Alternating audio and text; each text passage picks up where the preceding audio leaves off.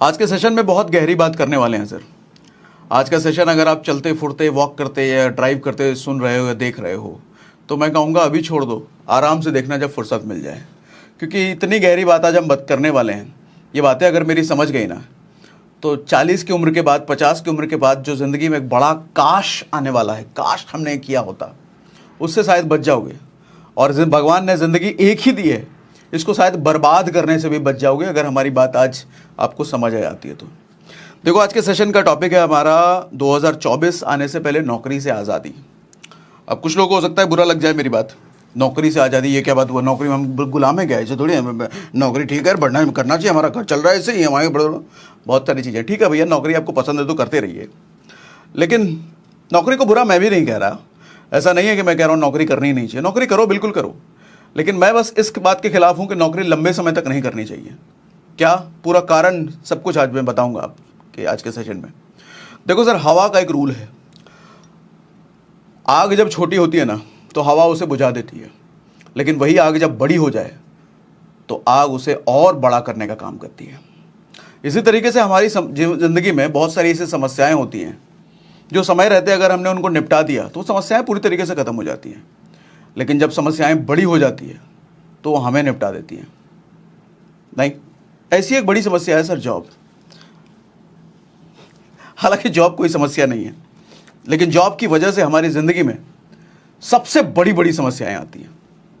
समझाऊं क्यों मैं ऐसा कह रहा हूं, ऐसा कॉन्टेक्स्ट कहां से मेरे मन में आया जो इस पर बात करनी चाहिए। दरअसल कल मेरे एक ऑफिस कलीग का फ़ोन आया, आई गेस मुझे वो फ़ोन आया होगा शायद 10 साल बाद, 10-11 साल बाद फ़ोन आया। और उस ऑफिस कलीग का फ़ोन उठाते ही सबसे पहले ये कहना था कि सागर, अरे यार मुझे तो यकीन नहीं था कि तू मेरा फ़ोन उठा लेगा, मुझे लगा तू तो यार बड़ा आदमी बन गया है, अब तो मेरा फ़ोन भी नहीं उठाएगा हो सकता है, मुझे तो बहुत बड़ी खुशी हुई कि तूने मेरा फ़ोन उठा लिया। मैंने कहा ऐसी कोई बात नहीं यार, बड़ा दोस्तों के लिए कोई बड़ा हो गया छोटा हो गया ऐसी बातें नहीं होती हैं। तो खैर जब बातें आगे बढ़ी, 45-50 मिनट बात हुई, और 45-50 मिनट में वो यूँ समझो कि रोया नहीं, लेकिन रोने वाली पूरी हालत हो गई थी उसकी। जानते क्यों? 15 साल हो गए जॉब में। वो जो अपना दुखड़ा बयां कर रहा था, कह रहा था यार तेरा तो बड़ा सही है, तू सही समय पर जॉब से निकल गया, लेकिन हम यार बेवकूफ़ थे, हम उस टाइम पे तेरे को पागल कहते थे, लेकिन अब समझ में आ रहा है पागल तू नहीं, पागल हम थे। तू तो उस टाइम में भी बिज़नेस की बात करता था, 40 के बाद 50 के बाद की बात करता था, और हम समझते थे कैसा पागल आदमी है, आज जो ज़िंदगी उसको जीता नहीं है, ढंग से काम करता नहीं है और फ्यूचर की बात करता रहता है। सब लोग तेरे को पागल कहते थे, लेकिन हमें समझ में आता है, हम सबको समझ में आता है कि पागल तू नहीं था, पागल हम थे। क्यों? मैंने कहा क्यों भाई, ऐसा क्या हो गया, ऐसा क्यों कह रहा है? तो कहता है कि देख हालत आज ये हो गई है सागर, बीवी है, 2 बच्चे हो गए हैं, घर का रेंट जाता है, गाड़ी का रेंट जाता है, और ऐसी हालत में जॉब छोड़ने का बहुत मन करता है यार, दूसरी कंपनी में जाने का मन करता है, लेकिन दूसरी कंपनी में इसलिए नहीं जा सकता कि अब कौन इंटरव्यू को फेस करे, या इंटरव्यू में सिलेक्शन हो भी गया तो कौन नए तरीके से नया नया काम सीखे। अब काम भी नया नया चीज़ सीखने का मन नहीं करता यार, 15 साल हो गए एक जॉब में एक जगह काम करते हुए, और डर लगता है कि दूसरी जगह जम पाया कि नहीं जम पाया अपना मामला, कहीं नहीं जमा तो वहाँ से भी निकाल देंगे, फिर जो आ रहा है वो भी चला जाएगा। तो मैंने कहा ठीक है, प्रॉब्लम क्या है, तो जिस कंपनी में है उसी कंपनी में टिका रहे। बोला नहीं यार यहाँ भी नहीं रह सकते। मैंने कहा ऐसा क्यों? तो कहता है सर देख ऐसा हो गया है कि मैं जो काम करता हूँ ना, मेरे से ज़्यादा अच्छा काम वो नए नए लड़के जो ज्वाइन करके आते हैं 15,000 20,000 की सैलरी पर, वो मेरे से आधे की सैलरी पर हैं, लेकिन मुझसे ज़्यादा अच्छा काम कर देते हैं, मुझसे ज़्यादा तेज जल्दी काम निपटा देते हैं। क्लाइंट उनको ढूंढता है, जब क्लाइंट से कॉल होती है तो वो उनका नाम लेते हैं, मेरा नाम बाद में लेते हैं क्लाइंट। तो एक डर सा आ गया यार कि कहीं निकाल ना दे मुझे, अगर निकाल देंगे तो क्या होगा यार। दिक्कत ये हो गई कि मैं इस जाल में फंस गया हूँ, इस जाल में रहना भी नहीं चाहता और इस जाल से निकलना भी नहीं चाहता। ऐसे हालत में तेरे वीडियोस कई बार आते हैं सामने, तेरे रील्स सामने आते हैं, तो देख करके बड़ा अच्छा लगता है, तेरी बातें सुन करके बड़ा अच्छा लगता है, लेकिन अब समझ नहीं आ रहा दोस्त क्या किया जाए। 15 साल ज़िंदगी के निकल चुके हैं एक ही कंपनी में, ये सोच करके टिका रहा कि एक कंपनी में रहूँगा तो स्टेबिलिटी आएगी, और स्टेबल रहूँगा तो करियर अच्छा रहेगा, पूरी ज़िंदगी एक ही कंपनी में निकाल सकते हैं, लेकिन अब समझ में आया ये सब दिखावा था दोस्त, ये सब झूठ था, नहीं रह सकते यार, क्या किया जाए, कुछ रास्ता बता। तकरीबन 50 मिनट 45 मिनट बात हुई सर इन्हीं सब चीज़ों में, बहुत कुछ। वो बंदा रोया नहीं, लेकिन रोने की पूरी हालत में था। तो मैंने सोचा अगर उसकी सिचुएशन ऐसी है तो भारत में बहुतों की सिचुएशन ऐसी होगी, क्यों ना एक सेशन के द्वारा बात किया जाए इस टॉपिक पर, क्या समस्या है एक्चुअली, क्या करना चाहिए हमारे को। देखो सर, होता यह है कि मुझे लगता है जॉब तो हर किसी को करना चाहिए, हर किसी को।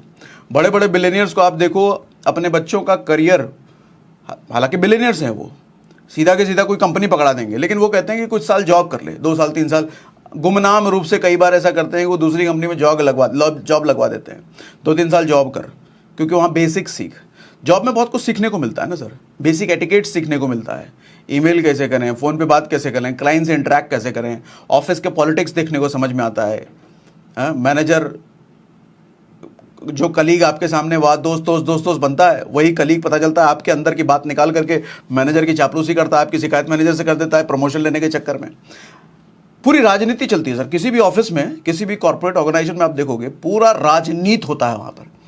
इनफैक्ट वो आम आदमी पार्टी और कांग्रेस और बीजेपी क्या राजनीति करेंगे जो एक ऑफिस में राजनीति होता है। हर ऑफिस की हाल है, किसी एक ऑफिस, किसी एक कंपनी की, हर ऑफिस की हाल है ये। एक से एक राजनीतिज्ञ होते हैं, और जो राजनीतिज्ञ में माहिर नहीं होता है उसका पत्ता कट जाता है काम में, कितना भी आपको एक्सपर्टीज़ हो, क्योंकि एक्सपर्टीज से ज़्यादा वहाँ वो लोग टिकते हैं जो कि राजनीतिज्ञ होते हैं, जो दिमाग लगाते हैं। एक कोई रील भी वायरल हुआ था ना, काम करना ज़रूरी नहीं है ऑफिस में आप कितना काम करते हो ये दिखाना ज़्यादा ज़रूरी है तो खैर चलो, ऑफिस पॉलिटिक्स पर हमारा बात करना एजेंडा नहीं है, हमारा बात करना है ऑफिस की वजह से, जॉब की वजह से जो समस्याएं हमारी ज़िंदगी में आती हैं। देखो 40s के बाद सबसे बड़ी दिक्कत ये आनी शुरू होती है ना सर, आप एक ही काम कर रहे हो 15 साल 20 साल से, आप थक चुके होगे, फ्रस्ट्रेट हो चुके होगे। शुरुआत में बड़ा मज़ा आता है, बड़ा अच्छा लगता है सब कुछ, कॉर्पोरेट कल्चर, वो एचआर आएगी 15 अगस्त पे, 26 जनवरी पे, क्रिसमस पे, होली दिवाली पर पे, एचआर की पूरी टीम, सुंदर सुंदर लड़कियां आएंगी अलग अलग कलर में, आपको विश करेगी, खेल खिलवाएगी, कुछ ना कुछ एक्टिविटी करेगी, गिफ्ट मिलेगा, बड़ा अच्छा लगता है शुरुआत में। कभी फुटबॉल खिला देगी, कभी क्रिकेट खिला देगी, कभी कुछ खिला देगी, बहुत बढ़िया लगता है। लेकिन बाद में इन चीज़ों से आप बोर हो जाते हो सर, 15-15 साल 20-20 साल, और 40 के बाद ऐसा होता है कि आप नौकरी बदल नहीं सकते, जैसा उस आदमी ने बोला, नाम नहीं लूँगा मैं, नौकरी बदल नहीं सकते और उस नौकरी में रह नहीं सकते। बदलने में भी डर लगेगा, रहने में भी डर लगेगा। अच्छा, अपना बिजनेस करने का सोच नहीं सकते, कारण क्या है, रिस्क लेने की लायक आप बचे नहीं हो। क्यों? क्योंकि घर की ईएमआई जा रही है सर, गाड़ी की ईएमआई जा रही है सर, बच्चों की फीस जा रही है सर, बहुत तरह के अलग अलग खर्चे पाल रखे हैं अपने, पर्सनल लोन पता नहीं कितने चल रहे होंगे, क्रेडिट कार्ड के बिल चल रहे होंगे, और सोसाइटी में दिखावा भी करना है कि आप एक बढ़िया लाइफस्टाइल जी रहे हो। नहीं करोगे तो बेइज्जती हो जाएगी ना। ऐसे में एक बड़ा डर रहता है कि अगर यार अभी कोई बिजनेस करेंगे और कंपनी वालों को पता चल गया है, कंपनी में थोड़ा काम परफॉर्मेंस डाउन हुआ तो नौकरी से निकाल देंगे, तो ये सब कैसे चलेगा, कैसे इतना सारा ईएमआई, कैसे घर चलेगा, कैसे फीस जाएगी, ये सब चिंता होती है सर। तो 40 के बाद आदमी रिस्क लेने की हालत में बचता नहीं है, ईएमआई का बोझ सबसे बड़ा बोझ काम करता है सर। देखो एक बात बताता हूँ आपको, एक मारवाड़ी धंधे वाला जो होता है ना, जब उसकी औकात मर्सिडीज़ खरीदने की होती है ना सर, 60 लाख 70 लाख की मर्सिडीज़ खरीदने की जब उसकी औकात हो जाती है, तब जाके वो 15 लाख की होंडा सिटी खरीदता है। लेकिन हमारा मिडिल क्लास, हमारा नौकरी भेजने वाला आदमी, जब उसकी औकात 1 लाख रुपए के बाइक खरीदने की होती है ना, तब जाके वो 15 लाख की कार खरीद लेता है, लोन पर, ईएमआई पर। सोसाइटी स्टेटस मेंटेन करना है उसको। और यही वजह होती है कि मारवाड़ी अपने बचे पैसे से धंधा बनाता चला जाता है, अमीर होता चला जाता है, और ये मिडिल क्लास नौकरी पेशे वाला आदमी अपनी बची खुची ज़िंदगी ईएमआई देने में निकाल देता है, और 40 के बाद फिर फ्रस्ट्रेट होने लग जाता है। देखो सर, दुनिया में 90% लोग गरीब इसलिए नहीं हैं क्योंकि उनकी कमाई कम है, बल्कि 90% लोग गरीब रहने का मेन कारण ये है कि उनको अपनी कमाई को मैनेज करना नहीं आता, मनी को मैनेज करना नहीं आता। दुनिया में हजारों ऐसे एग्जाम्पल हैं जो अच्छे मनी मैनेजमेंट की तकनीक जानने की वजह से गरीब से अमीर हो गए सर, और दुनिया में हजारों ऐसे भी एग्जाम्पल हैं जो मनी मैनेजमेंट ना आने की वजह से अमीर से गरीब हो गए। कितने ऐसे देखे होंगे, केबीसी में जीता 5 करोड़, आज के टाइम में कभी नहीं है। वो कच्चा बादाम का वायरल हो गया, लेकिन आज के टाइम में कहीं कभी नहीं है। अच्छे गाने गाना आता था वो बॉलीवुड में चले गए, लेकिन आज के टाइम में कहीं कहीं नहीं है। Money management sir. अगर आप कम इनकम में अमीर बनना चाहते हो तो मैं आपको कुकू एफएम पर एक ऑडियो बुक जरूर सुनने को कहूँगा, रिच डैड पुअर डैड। मेरी ज़िंदगी में एक बड़ा टर्निंग पॉइंट तब आया जब इसी बुक से मैंने लाइबिलिटी और एसेट को मैनेज करना सीखा। मैं इस ऑडियो बुक को 4.5 रेटिंग दूंगा out of 5। Kuku FM India का लीडिंग ऑडियो शो प्लेटफॉर्म है जहां 2.5 मिलियन से ज्यादा पेड सब्सक्राइबर्स हैं। कुछ दिनों पहले मैंने वीडियो बनाया था जिस पर मैंने बात किया था कि 3.4 ईयर्स में अपने पैसे को डबल कैसे करते हैं। उस वीडियो को नहीं देखा तो जरूर देखना। और उसी वीडियो में मैंने एक ऑडियो बुक आपको रिकमेंड किया था कुकू एफएम पर ही सुनने को, बेसिक्स ऑफ म्यूचुअल फंड। नहीं सुना तो सबसे पहले उसको जाके सुनो। अभी कुकू एफएम दे रहा है आपको 50% discount on first month subscription, मतलब 10,000 से ज्यादा ऑडियो बुक एंजॉय करो सिर्फ 49 रुपीज में। मगर इसके लिए हमारा कोड SRS50 जरूर यूज कर लेना। ऐप डाउनलोड करने का लिंक हमने डिस्क्रिप्शन और कमेंट बॉक्स में पिन कर दिया है। अब बैक टू द टॉपिक आते हैं। सर, जिंदगी में 4 पहलू होते हैं। यूं समझ लो कि इन चारों पहलू में कोई एक पर तो आप मास्टर हो सकते हो, लेकिन चारों को बैलेंस करके चलना बड़ा मुश्किल होता है। 4 पहलू जैसे एक फिजिकल फिटनेस होता है, दूसरा मेंटल फिटनेस दिमाग, तीसरा सोशल फिटनेस यानी कि रिलेशनशिप सोसाइटी से, अपने परिवार से, और चौथा फाइनेंशियल फिटनेस। ऐसा कभी नहीं हो सकता कि आप देखोगे जिसका फाइनेंशियल फिटनेस बहुत अच्छा है वो फिजिकली बहुत फिट होगा, उसकी फैमिली रिलेशनशिप में बहुत फिट होगा, मेंटली वो बहुत फिट होगा। ऐसा आपको नहीं देखने को मिलेगा सर संसार में। जिसका मेंटल फिटनेस बहुत स्ट्रांग है वो पता चलेगा आपको हिमालय चला गया है दुनियादारी छोड़ करके। जिसका फाइनेंशियल फिटनेस बहुत अच्छा है पता चला उसका 4 बार तलाक हो चुका है।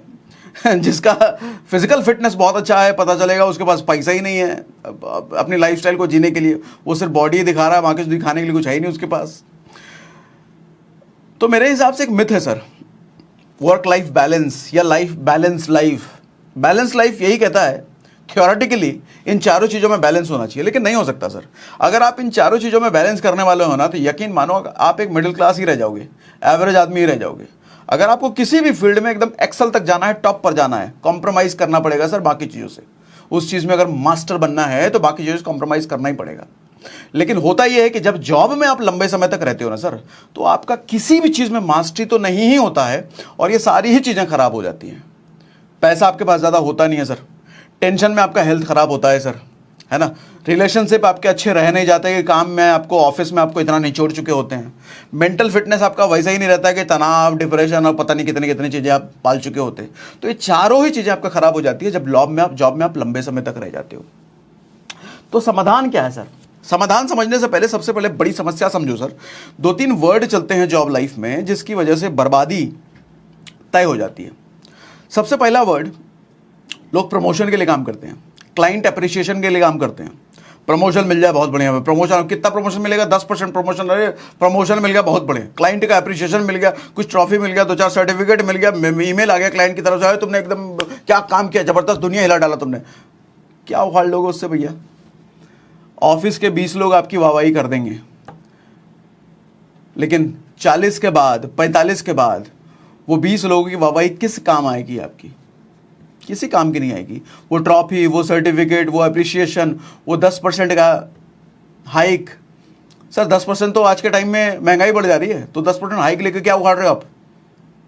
देखो ना, आटा, तेल, दाल, चावल, इस सब का भाव देखो, पेट्रोल का भाव देखो, दवाइयों का भाव देखो, पिछले साल और इस साल का भाव देखो सर, 10% ज़्यादा मिलेगा आपको, तो क्या उखाड़ लोगे 10% हाइक लेकर के? और सबसे ज़्यादा जो मारता है वो है सर शब्द स्टेबिलिटी, स्टेबल। ऑफिस में हमारे मैनेजर हमको कहते थे कि सागर, एक कंपनी में टिके रहने से स्टेबिलिटी आती है, दूसरी कंपनियों का पर भरोसा होता है। एक कंपनी में आपने 10 साल काम किया, 5 साल काम किया, 15 साल काम किया, और 15 साल एक ही कंपनी में काम करने के बाद दूसरी कंपनी में जाने लायक तुम बचोगे नहीं, क्या करोगे ऐसी स्टेबिलिटी का? सर मिडिल क्लास की ये सबसे बड़ी समस्या है स्टेबिलिटी। ये उसको बचपन से ही ये वर्ड उसको गोथा जाता है दिमाग में। अच्छी पढ़ाई कर, क्योंकि अच्छी नौकरी मिलेगी। अच्छी नौकरी क्यों मिलेगी? लाइफ में स्टेबल हो जाएगा। वो एक डायलॉग था ना वो 3 इडियट में, पहले स्टेबल हो जाओ उसके बाद ये सब फोटोग्राफी ये सब सोचना। देखो ना कॉलेजेस में, हम कॉलेज में एडमिशन लेने से पहले ये देखते हैं कि किस कॉलेज में सबसे ज़्यादा नौकरियां दी गई हैं, कहाँ सबसे ज़्यादा हमको नौकरी मिल जाएगा, कहाँ नौकरी की श्योरिटी है। स्टेबिलिटी। ये मिडिल क्लास जॉब वाले सर मरते हैं इसी वर्ड की वजह से। मेरे हिसाब से सर स्टेबिलिटी इंपॉर्टेंट नहीं है वर्ड इंपॉर्टेंट है ग्रोथ। जो आदमी ग्रोथ माइंडेड होता है ना, वो बढ़ता चला जाता है लाइफ में सर। और लाइफ का मतलब ही है प्रोग्रेसिव होना है सर। जब आदमी एक जगह पर स्थिर हो जाता है ना, तब वो फ्रस्ट्रेट होने लग जाता है। चाहे वो जॉब हो, बिजनेस हो, इनकम हो, किसी भी जगह पे, एक जगह पे अगर आप स्थिर हो गए तो और बोरियत आनी ही आनी है, फ्रस्ट्रेशन आना ही आना है। लेकिन जब आप प्रोग्रेसिव होते हो, बढ़ते चले जाते हो, तब आदमी खुश रहता है। और नौकरी में आप चारों तरीके से स्टेबिलिटी आप ढूंढ रहे हो। स्टेबिलिटी ढूंढने के चक्कर में 15 साल बिता दिए एक ही कंपनी में। अब उम्र निकल चुकी है, अब आप कुछ करने लायक हो नहीं भैया। एक हाथी वाली कहानी आपने सुनी होगी ना, कि हाथी जब छोटा होता है तो उसके पाँव में रस्सी बांध दिया जाता है और रस्सी से बांध करके खूंटे से उसको बांध दिया जाता है। तो हाथी बहुत कोशिश करता है कि वो रस्सी को तोड़ दे, लेकिन हाथी छोटा होता है, ज़्यादा ताकत होता नहीं है, तो रस्सी नहीं तोड़ पाता है। लेकिन जब बड़ा होता है तो एक पतली सी रस्सी से भी जब उसको बांध दिया जाता है तो हाथी में इतनी ताकत तो हो चुकी है कि वो पतली सी रस्सी को बड़े आराम से तोड़ देगा, लेकिन फिर भी नहीं तोड़ता है। मालूम क्यों? क्योंकि अब उसके जहन में यह बैठ चुका है, अब उसको यकीन हो चुका है कि वो रस्सी नहीं तोड़ सकता। क्योंकि बचपन से लेके बहुत बार कोशिश कर ली उसने, अब नहीं तोड़ सकता वो। लेकिन असलियत क्या है? उसके पास इतनी ताकत है, एक झटका मारेगा रस्सी क्या वो कूल्हा तक उखड़ के आ जाएगा, लेकिन वो कोशिश तक नहीं करता। जब 15 साल 20 साल आप जॉब में गुजार देते हो ना सर, नौकरी में गुजार देते हो ना, तो ऐसी हालत हो जाती है आप यकीन नहीं कर सकते कि आप कुछ और कर भी सकते हो। आप बिजनेस भी कर सकते हो, आप कुछ और करने लायक बचे हो, आपको यकीन ही नहीं होता। सच्चाई भले ही होती है कि कर तो आदमी कुछ भी सकता है। 40 की एज, क्या 60 की एज में वो KFC वाले ने अपना धंधा एस्टेब्लिश कर दिया भैया। 80 साल में वो अब्राहम लिंकन कितने 80 साल में राष्ट्रपति बने थे, ऐसा ही कुछ था। कितने ऐसे ही लोग हैं सर दुनिया में, 60 साल 65 साल 70 साल में दुनिया में उन्होंने झंडा गाड़ा है, लेकिन नौकरी वाले को यकीन नहीं होता है। सबसे बड़ा ट्रैप है सर, जाल है। मेरी बात से एग्री कर रहे हो? चैट में मुझे लिख के बताओ, यस एग्री लिख के बताइए अगर मेरी बात से एग्री कर रहे हो तो एग्री लिख के बताइए। मैं जब डेल में था ना, डेल वही कंप्यूटर बनाने वाली कंपनी, तो वहाँ पर मेरा एक सीनियर था, तो काफ़ी सालों से 8-10 सालों से वो उसी कंपनी में था, और हर साल उसको कोई ना कोई अप्रिशिएशन, कोई ना कोई रिवॉर्ड, कोई ना कोई अवार्ड मिलता था उसको, क्योंकि उसका काम इतना तगड़ा था।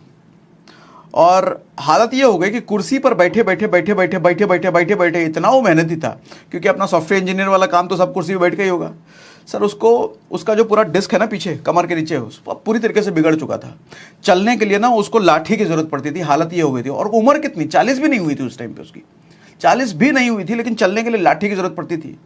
वो स्पीड में चल नहीं सकता, वो दौड़ नहीं सकता, 40 के अंदर अंदर उसकी ये हालत हो गई थी बैठे बैठे। एक टाइम आया जब कंपनी को ले ऑफ करना था, बहुत सारे लोगों को निकालना था, निकाल दिया उसको। सबसे पहले उसको निकाला सर, मालूम क्यों? सबसे मोटी सैलरी पे बैठा था वो, कई बार प्रमोशन लिया था ना, सबसे मोटी सैलरी पे बैठा था वो, तुरंत सबसे पहले उसको निकाला। कुछ नहीं, कितने तुमने कंपनी के लिए अपनी रातें खराब करी, अपना शरीर खराब करा, अपने रीढ़ की हड्डी खराब करी, जिंदगी खराब करी, कोई मतलब नहीं है कंपनी को उससे। कंपनी को पैसा बचाना, निकलो भाई, सबसे पहले इसको निकाल दिया सर। आज के टाइम में मैं टच में नहीं हूं, लेकिन कहीं ना कहीं नौकरी कर रहा होगा आदमी। शरीर किसी लायक बचा नहीं ना, स्टेबिलिटी, उसको करियर में स्टेबिलिटी तो चाहिए था, जी जान झोंका था उसने। अब हो सकता है बहुत सारे लोग आप में से कहेंगे, अरे हम कंपनी से पैसा लेना है तो ईमानदारी से काम ना करेगा, ऐसा कैसे? सर यही सोच तो आपको गुलाम बना के रखती है। देखो, राजा और गुलाम में यही फर्क होता है। राजा ये जानता है कि गुलामी की जंजीरों को तोड़ करके मुझे राजा कैसे बनना है, और राजा ये भी जानता है इन गुलामों को कौन सी सोच दिमाग में भरनी है जिसकी वजह से हमेशा एक गुलाम बना रहे।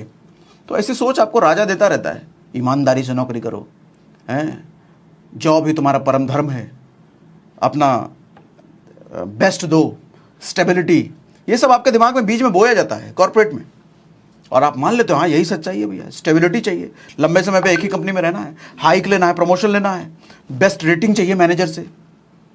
क्या उखाड़ लोगे सबसे बुरा गर्त मालूम कब होता है सर? जब आप जॉब छोड़ते हो ना, या तो जॉब छोड़ते हो या निकाले जाते हो, रिटायर होते हो, जो भी होते हो सर, पूरी जिंदगी नौकरी करने के बाद आप जीरो हो जाते हो। जब 25 की उम्र में नौकरी शुरू करी थी तो जीरो थे, और जब 50 की उम्र में नौकरी छोड़ रहे हो आप तब भी जीरो हो सर। हाथ में कुछ नहीं है, कोई बड़ा बैंक बैलेंस नहीं है, कोई बड़ा एसेट नहीं है, कुछ नहीं है आपके पास, आप जीरो हो चुके हो। लेकिन धंधे वाले के पास उल्टा होता है। धंधे वाला जब 25 की उम्र में धंधा शुरू करता है तो भले ही जीरो हो, लेकिन जब वो रिटायर हो रहा होता है ना 50 की उम्र में, तो बहुत कुछ बना के देता है अपनी अगली जनरेशन को। उसका अगला जनरेशन जीरो से शुरू नहीं करता, लेकिन नौकरी वाले के केस में हमेशा ही अगला जनरेशन वो जीरो से ही शुरू करा। हर जनरेशन जीरो से शुरू करेगा और जीरो से शुरू करेगा, 100 पे जाएगा और मर जाएगा। अगला जनरेशन फिर जीरो से शुरू करेगा, 100 पे जाएगा, मर जाएगा। क्या खेल चल रहा है ये? इसीलिए मिडिल क्लास की जनरेशन सर, पूरी जनरेशन की जनरेशन गरीब रह जाती है। अब देखो ना, मैक्सिमम मिडिल क्लास की जनरेशन टू जनरेशन गरीब है, लेकिन उसी मिडिल क्लास जनरेशन में कोई एक पैटर्न तोड़ने वाला निकल जाता है, जो कि पैटर्न तोड़ता है और धंधा खड़ा करता है, और फिर उसके आगे की पुश्तें अमीर होने लग जाती है, क्योंकि वो 0 से 100 तक अपने धंधे को ले जाता है। उसकी अगली जनरेशन 100 से शुरू करती है, और वो 100 से 200 तक ले जाता है। उसकी अगली जनरेशन 300 से शुरू करती है, 200 से शुरू करती है। तो जनरेशन की किस्मत फिर बदलने लग जाती है। कोई एक पैटर्न ब्रेक करने वाला आदमी पैदा होना चाहिए किसी भी घर, किसी भी जनरेशन में, उसके बाद वो पूरा सब बदल देता है। लेकिन दिक्कत ये सब सोच आए कहां से सर? अमीरों ने हमारे दिमाग में गथाया है ना कि स्टेबिलिटी चाहिए तुमको। मिडिल क्लास किसके लिए तरसता है? स्टेबिलिटी के लिए। किसके लिए मरता है? स्टेबिलिटी के लिए। बचपन से बताया गया है भैया ऐसा पढ़ाई करो कि अच्छी नौकरी मिले, सरकारी नौकरी मिले, जिंदगी में तुम स्टेबल हो जाओ। एक बार स्टेबल हो गए तो फिर तो कुछ भी करो। अरे स्टेबल हो गए कब तुम? स्टेबिलिटी इज मिथ, कभी नहीं हो सकता सर। अंबानी भी स्टेबल नहीं है, तभी दिन रात मेहनत कर रहा है। कभी जियो फाइनेंशियल सर्विसेज शुरू करता है, कभी कुछ शुरू करता है, कभी कुछ शुरू करता है, वो भी स्टेबल नहीं। वो जानते हैं सर, कोई भी स्टेबल नहीं है, काम करना पड़ेगा। जिंदगी एक कर्म क्षेत्र है सर, धरती। भगवान ने कहा है गीता में, तुम्हारा काम करना है, और तुम मिडिल क्लास काम चोरी करने पे रहता है। स्टेबिलिटी चाहिए कि हमको काम ना करना पड़े। सरकारी नौकरी चाहिए कि काम ना करना पड़े, रिटायर होने के बाद काम नहीं करेंगे। सर एक बात जान लो, जब तक सांसें चल रही है काम करते रहना पड़ेगा। काम ना करने की सोच आदमी को अपंग बना देती है। स्टेबिलिटी की सोच आदमी को अपंग बनाती है सर। ग्रोथ ग्रोथ ग्रोथ, इस सोच को लेकर के आगे बढ़ो। पढ़ाई कर रहे हो तो ग्रोथ का दिमाग में रखो, धंधा कर रहे हो तो ग्रोथ का दिमाग में रखो, नौकरी कर रहे हो तो ग्रोथ का दिमाग में भी रखो।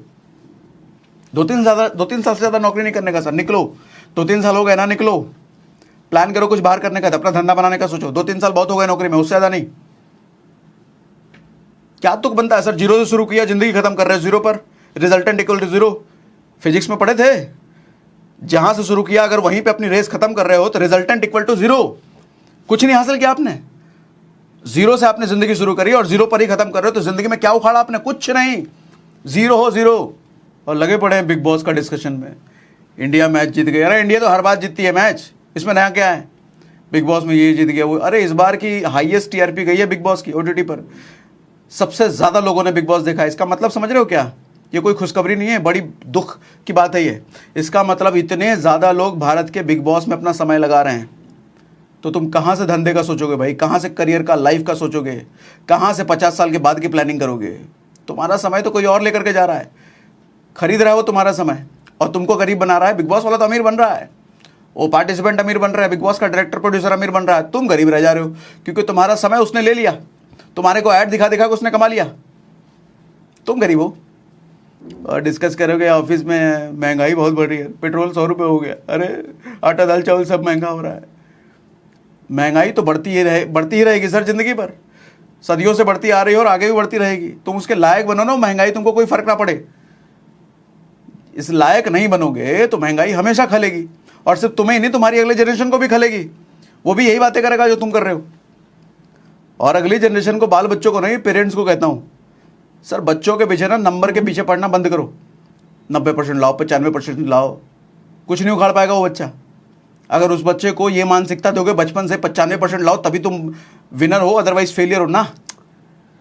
कौन से बड़े बिजनेस, टॉप 10 दुनिया के टॉप 10 बिजनेसमैन की लिस्ट निकालो सर, उसमें से कोई भी स्कूल टॉपर या कॉलेज टॉपर नहीं मिलेगा आपको, कोई भी नहीं, लेकिन दुनिया का टॉप 10 बिजनेसमैन है वो। 3 इडियट देखो ना, वो रैंचो और वो दूसरा वो चतुर, सर चतुर टॉपर था ना, रट रट करके टॉप बन जाता था। क्या उखाड़ा वो रैंचो की नौकरी कर रहा था वो। हालांकि रैंचो भी टॉपर ही था उस टाइम पे, लेकिन टॉपर रैंचो का कहने का मतलब क्या था? वो रटता नहीं था, वो चीज़ों को समझता था, वो समझ थी उसमें। हमारे यहाँ लोगों में समझ नहीं है। वो पढ़ रहे हैं तो क्यों पढ़ रहे हैं? वो पढ़ते क्यों है? नौकरी मिल जाए। वो रैंचो क्यों पढ़ता था? क्योंकि उसको चीज़ों को समझना था, वो इसलिए पढ़ता था। हमारे बच्चे इसलिए पढ़ते हैं कि उसको नौकरी मिले, समझने से कोई मतलब नहीं है सर। और हम बच्चों को यही मार्क्स मार्क्स मार्क्स, ये नहीं कहते कि पढ़ाई को समझ, लेकिन मार्क्स मार्क्स। मैं नहीं कहता अपने बच्चे को, मेरे लिए देखो मेरा बच्चा ये 50-60% ले आ रहा है बहुत है, 40% ला रहा है, अरे पास हो गया ना बहुत है, मेरे को पता है इससे कुछ होने नहीं वाला। देखो ज़िंदगी में एजुकेशन बहुत ज़रूरी है, शिक्षा बहुत ज़रूरी है, लेकिन वो शिक्षा जो स्कूल और कॉलेजेस में दिया जा रहा है वो रत्ती भर उसकी कोई औकात नहीं है सर। उससे मुझे पता है कि मेरा बच्चा कुछ नहीं उखाड़ पाएगा ज़िंदगी में, मैंने कुछ नहीं उखाड़ पाया, वो क्या उखाड़ लेगा, और कोई भी नहीं उखाड़ सकता सर उस पढ़ाई से। हाँ, उसी एक पर्टिकुलर फील्ड में जाना है तो ठीक है, लेकिन ज़्यादातर लोगों को पर्टिकुलर फील्ड में जाना नहीं है ना सर। आपको नहीं पता ना आपको ज़िंदगी कहाँ लेके जाएगी, किस करियर में लेके जाएगी, क्यों मार्क्स के पीछे पड़े हो। हाँ, मेरी वाइफ करती रहती है, अरे इतना मार्क्स नहीं आया, ए ग्रेड लाओ, बी ग्रेड लाओ, सी ग्रेड। अब वाइफ लोगों का सर्किल होता है ना, एक दूसरे को बताना है तुम्हारा बच्चा कितना लाया, इतना लाया, अरे मेरा बच्चा इतना लाया, अरे मेरा बच्चा इतना लाया। ठीक है, मैं हमारे सर्कल में कभी बच्चों के मार्क्स की बात नहीं होती। कोई अगर हमारे सर्कल में बोल देना अरे हमारा बेटा 90% लाया, उसको उठा करके हम बाहर कर देते हैं, भागैस, क्योंकि हमें पता है मार्क्स मुक्स की बात, ये गरीबों वाली बात है यार। अरे हम ये बात करते हैं कि हमारा बच्चा 1000 करोड़ का नेटवर्थ कैसे बनाए, और 1000 करोड़ का नेटवर्थ अगर उसको बनाना है अपने करियर में तो उसका मार्क्स थोड़ी मैटर करता है, कुछ नहीं मैटर करता। तो मैं मार्क्स पर क्यों बात करूं। और जो आदमी मार्क्स की सोच रख रहा है वो पूरा ग्रुप को खराब करेगा, वो गंदी सोच लेकर के उसको बाहर कर, लात मार के बाहर कर, ऐसी सोच वाला नहीं है। समझ डेवलप करो सर, रैंचो वाली समझ डेवलप करो।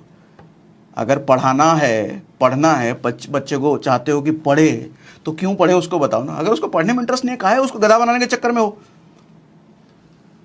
जो करना चाहता है वो करने दो। सोशल मीडिया का ज़माना है सर, आजकल बकैती करने वाला भी करोड़ों कमा रहा है, कपिल शर्मा। आजकल दूसरों के वीडियो पर रोस्ट करने वाला भी करोड़ों कमाता है, कैरी मिनाटी। आजकल हर चीज़ से पैसा बनाया जा सकता है सर। पढ़ाई बहुत ज़रूरी है, लेकिन वो स्कूल कॉलेज की पढ़ाई 2 कौड़ी की हो, किसी काम की नहीं है। शिक्षा बहुत ज़रूरी है। भीमराव अंबेडकर ने कहा था शिक्षा वो शेरनी का दूध है जो किसी को भी शेर बना सकती है। लेकिन शिक्षा स्कूल कॉलेज वाली शिक्षा नहीं सर।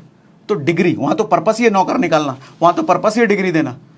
पेड़ के पत्तों पर जब पानी दिया जाता ना सर, वो जड़ तक नहीं जाता, लेकिन जब पेड़ के जड़ में पानी दिया जाता ना तो जड़ में भी जाता है, पत्ते तक भी जाता है और पूरे पेड़ तक जाता है। वो आज का लोगों का जो इन्वेस्टमेंट है ना, समय का इन्वेस्टमेंट, पैसे का इन्वेस्टमेंट, वो पत्तों पर है।